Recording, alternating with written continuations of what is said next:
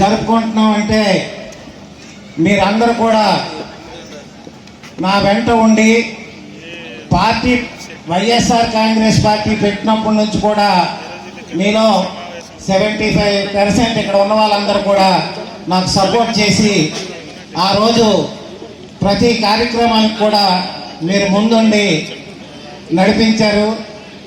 కాబట్టి ఆయన మనం విశాఖపట్నంలో మొట్టమొదటి అత్యధిక మెజార్టీ ఇవ్వాల్సిందిగా కోరుచు మన కళింగ కుటుంబానికి జగన్మోహన్ రెడ్డి గారు చేసిన విశ్వాసానికి, ఎందుకంటే మన పెద్దలు తమ్మినేని సీతారామ గారిని రాష్ట్ర అసెంబ్లీ స్పీకర్గా ఆయన గుర్తించి 5 సంవత్సరాలు ఉంచడం జరిగింది. అలాగే విశాఖపట్నం వరకు వచ్చినప్పటికీ మనది మైనర్ కులం, ఒక 75,000 నుంచి 1,00,000 మంది ఓటర్లు ఉండి కులం మంది.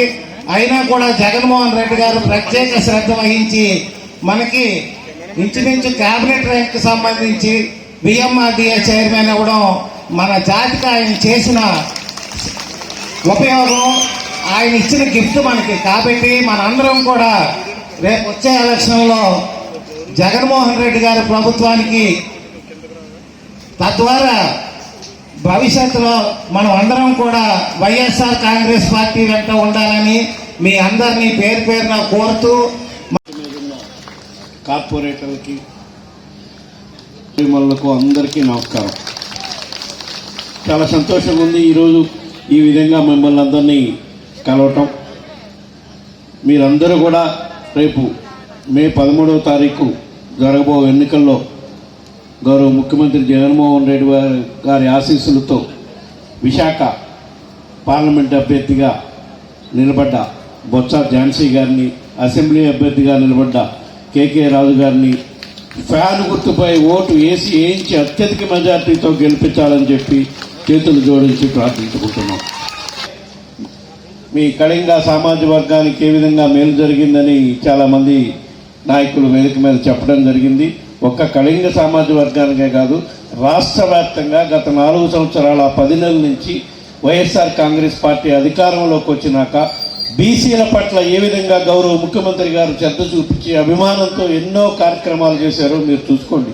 గతంలో అధికారంలో ఉన్న ప్రభుత్వాలు, పార్టీలు కానీ ఏ విధంగా కూడా ఈ పట్ల బీసీల పట్ల ప్రేమ అభిమానాలు చూసిన దాఖలాలు లేవని చెప్పి ఈ సందర్భంగా తెలియజేసుకుంటున్నాం. నింపడం కోసం, వాళ్ళ జీవితాల్లో పేదరికాన్ని తొలగించడం కోసం బీసీలంటే కేవలం వెనుకబడిన కులాలు కాదు, వైఎస్ఆర్ కాంగ్రెస్ పార్టీకి వెన్నెముక కులాల్లాగా భావిస్తాము అని అధికారంలో రాకముందే చెప్పారు మా గౌరవ ముఖ్యమంత్రి జగన్మోహన్ రెడ్డి గారు. ప్రాధాన్యత ఇచ్చారని మీ అందరికీ కూడా తెలిసిందే. అసెంబ్లీ స్పీకర్గా, శ్రీకాకుళం జిల్లాలో డీసీసీబీ చైర్మన్, జిల్లా పరిషత్ చైర్మన్, ఒక శాసనమండలి సభ్యులు, ఈరోజు 3 శాసనమండలి సభ్యులుగా, శ్రీకాకుళం పార్లమెంటు సభ్యులుగా, ముఖ్యంగా విశాఖపట్నంలో అత్యధిక ప్రాధాన్యత కలిగినటువంటి బిఎంఆర్డీఏ ఉడా చైర్మన్ అంటే ఎంత ప్రాముఖ్యతో, దానికి ఎంత ప్రాధాన్యత ఉంటుందనేది మీ అందరికీ కూడా తెలిసిందే.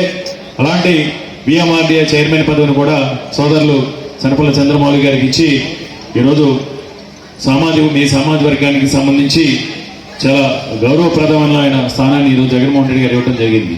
ఈ సందర్భంగా మిమ్మల్ని అందరినీ కూడా నేను విజ్ఞప్తి చేసేది, రేపు మే 13వ తారీఖున జరుగుతున్న ఎన్నికల్లో ముఖ్యంగా బీసీ, ఎస్సీ, ఎస్టీ, మైనార్టీ వర్గాల వారికి అండగా ఉండి, బీసీ క్యాస్ట్ అంటే బ్యాక్వర్డ్ క్యాస్ట్ కాదు, ఈ సమాజానికి వెన్నెముకని చాటి చెప్పిన అభినవ పూలేలా ఈరోజు బీసీ వర్గానికి అండగా నిలుస్తున్న జగన్మోహన్ రెడ్డి గారి నాయకత్వాన్ని బలపరిచి, దాంతోపాటు అటు కళింగ సంక్షేమ సంఘానికి అధ్యక్షులు కూడా ఉన్నారు, నరసింహన్ గారు పెద్దలు. అలాగే మా సోదరుల ప్రతిభావంతమైన మాట మాట్లాడడంలో మాత్రం మా కళింగ సోదరులకు మాత్రమే దక్కింది, సోదరి వాళ్ళకి మాత్రమే దక్కినది వాస్తవం. అది ఆ నీటి తాలూకా ప్రభావం ఆ మహానది నుంచి గోదావరి వరకు కూడా కళింగ దేశంగానే వెళ్ళేది. రాను రాను దానికి తగ్గిపోయి మనం ఉత్తరాంధ్ర ఈ 3 జిల్లాలకే పరిమితం అయిపోయాం.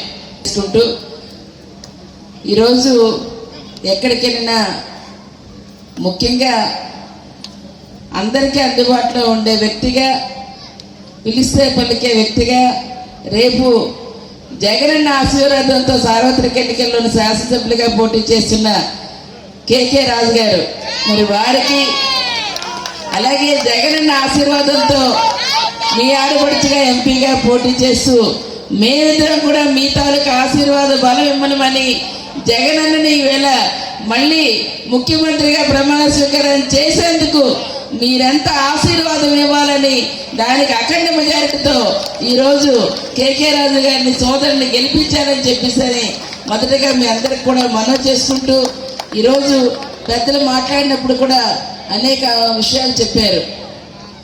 ఎంతో రిజర్వేషన్, బీసీలో రిజర్వేషన్ ఇవ్వడం అంటేనే ఆ రోజు చాలా వడ్డేపల్లి రాజగోపాల్ గారు పేరు ప్రతిష్టలు చాలా ఫైట్ చేసి పెట్టించారనేది వాస్తవం. ఆ రోజు లేకపోతే ఈ ప్రాంతం అంతా వెనుకబడి ఉన్న ప్రాంతంగానే ఉంచారు. దాంట్లోని కనీసం రిజర్వేషన్ వల్ల వీళ్ళు కనీసం చదువుకోవడానికి ఉద్యోగ ఉపాధి అవకాశాన్ని ఈరోజు మెరుగుపరిచి దాన్ని విస్తరించి ఇంకొంతమందికి ఆదర్శంగా తీసుకెళ్ళడానికి ఒక అవకాశాన్ని ఈరోజు ఇవ్వటం కూడా జరిగింది.